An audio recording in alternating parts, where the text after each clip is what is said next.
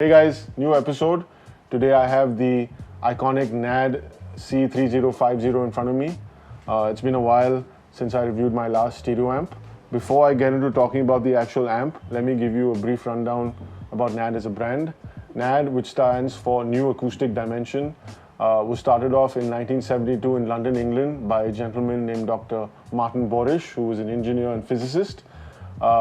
He was obviously a massive hi-fi enthusiast who had issues with the way amps were sold with lots of misleading specifications.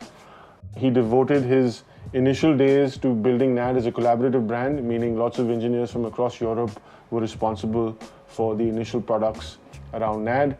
In 1978, they launched the iconic 3020, which goes on to become the largest selling integrated amplifier of all time, really revolutionized entry-level hi-fi at the time.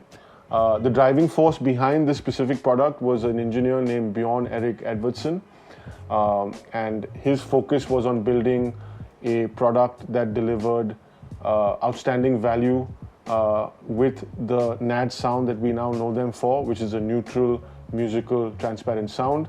Over time, NAD would also become a driving force behind the term full disclosure amps, meaning amplifiers whose specifications are based on actual dynamic loads as opposed to sine waves that look good on paper. In 1993, they launched the 3020i, which is a updated version of obviously the iconic 3020. In 1999, they are purchased by the Lenbrook Group.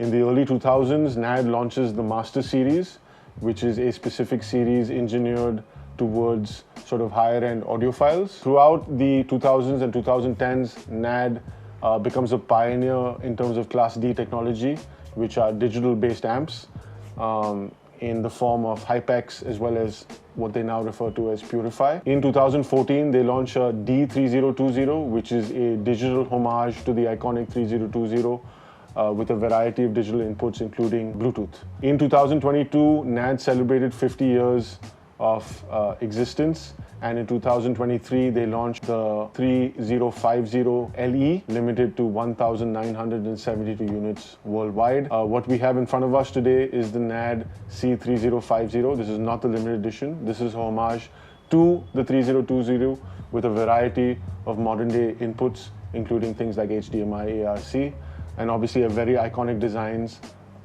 with the VU meters. Here are the technical specifications for the NAD 3050. On the power front, it's 100 watts into 2 channels at either 8 or 4 ohms. This is powered by a Class D Hypex UCD module. It also sports a high-res DAC from Texas Instruments, 32-bit 384 kilohertz. On the input front, you have an HDMI ERC port, which means connecting to your TV is effortless. In addition, you've got coax and optical digital inputs, as well as a moving magnet phono stage to hook up a turntable, a single analog line in, as well as 2-way Bluetooth with aptX HT. On the output front, you have a pre-out, a subwoofer out, and a headphone out. It includes an MDC2 slot for an optional BlueOSD module. This will add instant Wi-Fi streaming, MQA support, as well as direct live. It has an iconic retro design with a walnut finish, dual VU meters, as well as aluminum knobs. Those were the technical specifications. Let me give you my real-world feedback on the product. I paired this up at home with the Bowers & Wilkins 603 S2, which is a fairly high-efficient speaker at 89 dB. Obviously, no issues powering the speaker. I listen to a lot of hard rock, so even at high volumes, there was no distortion. True to the NAD sounded musical. Bass was refined. Mid-range was as transparent and as clear as could be. The HDMI, as part of this, is a huge boon, so it connects to your TV flawlessly. The Bluetooth aptX paired up with my Android device 10 out of 10 times. There was no issue on that front. A potential sort of catch-22 is the MDC module. On one hand, yes, it does give you Wi-Fi and room correction, which I think would make a massive difference. On the other hand, you're thinking a product at this price point should probably come with Wi-Fi streaming stock. That segues into other potential drawbacks. I think the other potential drawbacks are the fact that it has a single analog input, which will be problematic for people who have obviously a bunch of devices that they want to click in.